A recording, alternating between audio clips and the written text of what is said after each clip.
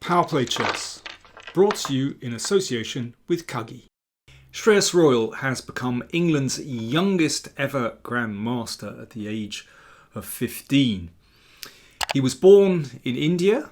The family moved to England when Shreyas was 3 years old. His father had some work here. In fact, the family, after a few years, actually had to fight to stay in the country.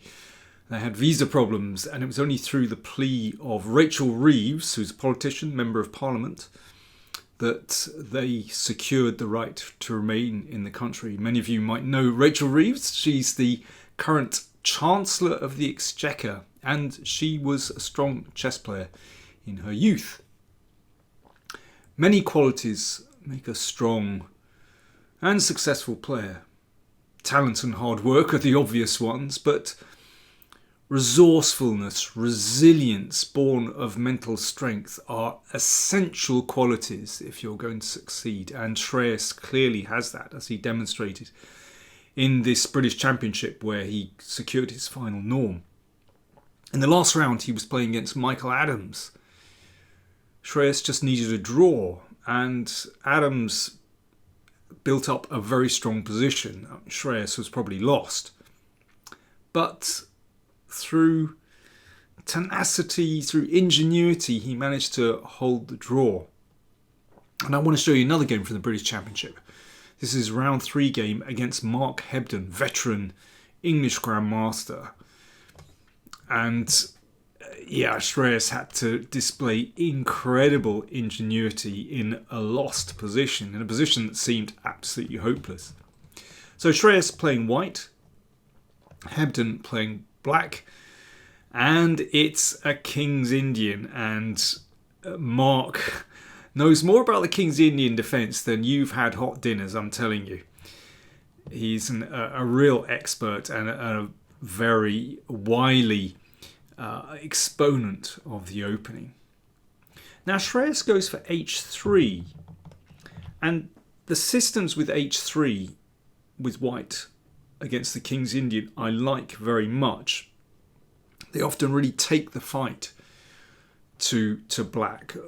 Sometimes you can advance with g4, and it's white that actually takes the initiative on the king side very often in this system. But Mark played a very tricky little move order here. So usually one plays with e5. But Mark delayed this. First of all, he played a5 and then knight a6. Well, these are normal moves when the pawn comes to d5, because black wants to secure control over c5 and b4. But without e5, a little bit unusual. But it clearly threw Shreyas here. I think he overthought the position. He played knight d2.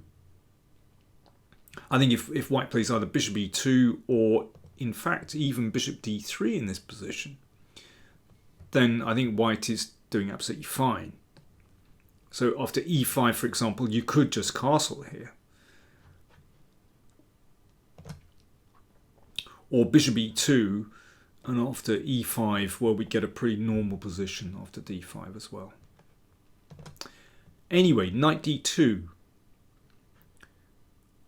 Knight d7, bishop e2, and now e5. So there's pressure on the d4 pawn, and Shreyas closes the position. But somehow he's been move ordered in this position. Mark hit out immediately with f5. You know, very often in this kind of position, I want to have g4 there so that f5 can be met by a mass exchange and then the g file is open. And this can be great fun for white. But white's just been too slow. This manoeuvring with knight d2 just wasn't necessary. And black has the initiative. I think this is what's so dangerous about the King's Indian. You get one thing wrong with white and suddenly black is doing very well. So there's an obvious threat to play f4. Exchanging doesn't help.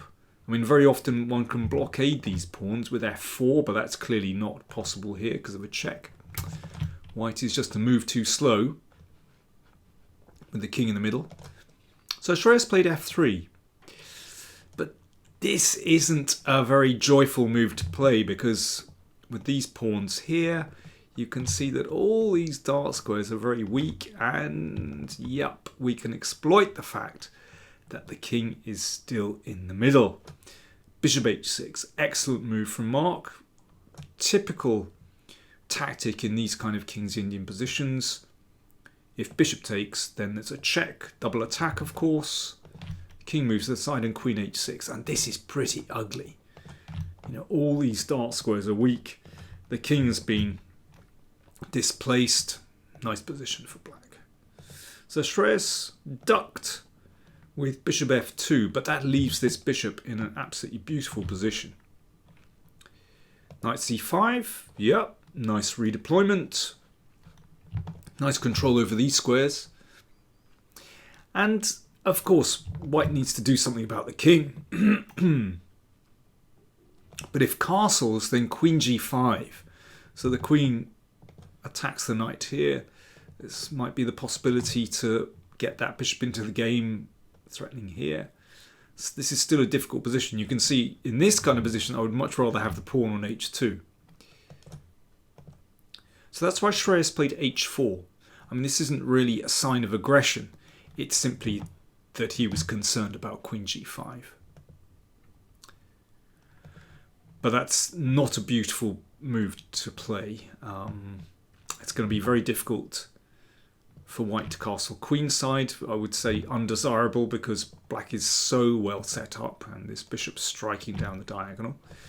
So basically Shreyas has to prepare kingside castling, and that's not altogether secure either with these advanced pawns. b6, super solid from Mark. He's just taking no chances here. He doesn't need to, actually. I think just black has a really nice position already because there are just weaknesses around the king with these advanced pawns. Rook f7. Simple and strong. It's preparing to double rooks on the f-file. Knight b3. One could double straight away, but Mark plays instead knight a4, also an excellent move. And if knight takes, bishop takes, yeah, slightly annoying pin, and maybe this knight is coming in. So knight b5, and now this knight is very annoying here. An exchange on e4. You could take on b2, but after this, white gets the pawn back. There's a discovered attack here. So just rook f8 from Mark. Rook b1 from Shreyas, defending this pawn. And Mark can break in. He played rook takes bishop. Now it's not an exchange sacrifice. He played bishop h3 check. Of course, if the king steps back, then bishop e3 with a nasty pin. So one has to take. Rook takes. So let's just take stock a moment. Black has broken through. This rook looks excellent on f2. The knight is active. This one can fly into either c5 or b4. The bishop is strong. So all these pieces in play. And the queen is ready to support the rook from f6. So what's white got going? Well, I suppose this knight is active. It's just a really difficult position. But, I mean, you could say the knight is just the wrong side of the board. Likewise, this one, the rook is passive. I mean, all these pieces are rather passive. And the king, not particularly secure on h3. But you've got to keep going. Queen e1 hits the rook. Queen f6 defends the rook. a3, okay, stops the knight coming into b4. King h8. Well, there's a very careful move from Mark. I think that's maybe just saying to white, okay, try and make a move. I mean, this position is almost Zugzwang. White barely has a decent move in this position. Knight c1 played. And knight c5. The knight hops back here. I mean, there are lots of ways to play. One could exchange this off straight away and bring the knight, one of the knights in. That's pretty reliable. But knight, excuse me, let's just go back a move. Yeah, bringing the knight back to c5, also fine. Knight c3, and now Mark exchanged here because he can win a pawn. Knight takes. Everything seems to be running very smoothly for black. A check, simple double attack, bishop g4, and queen takes knight. Threatening mate in 1. So black is a pawn up. White looks completely passive. Mate in 1 threatened. Should be completely winning. But watch what happens now. I mean, I can imagine, many players just kind of giving this one up for lost. I mean, white barely has a move here. Shreyas played queen g1. And amazingly, in this position, there is only one move which is definitely winning for black. I mean, I find that extraordinary in itself, because black looks to be in complete control. So I'm going to give you a chance to find it. Black to play and win. What is black's best move here? Shall I switch the board, or is that just too confusing? I'm going to switch the board round. Black to play and win. That just messes with your head, of course. So, time for me to have a drink. Time for you to have a think. Cheers.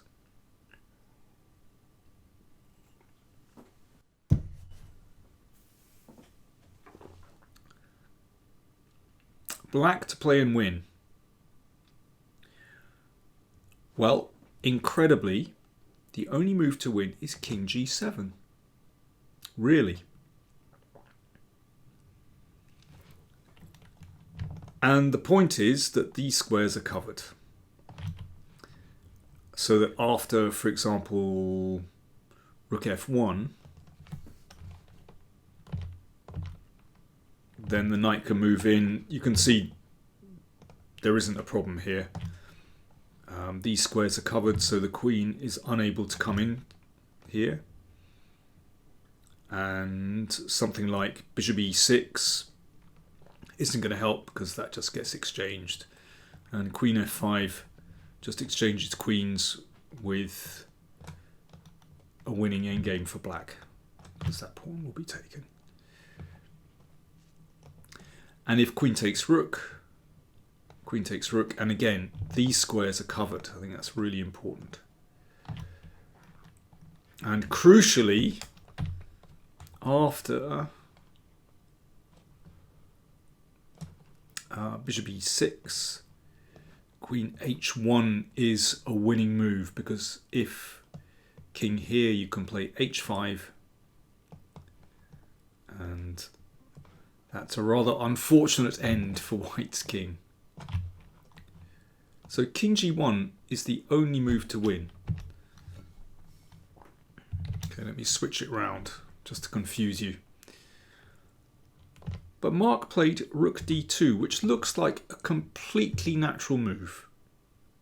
Ideally, I would like to keep my rook on the second rank here. Everything is beautifully active. But now Shreyas found this move. White to play and win. Queen f1. Out of the blue.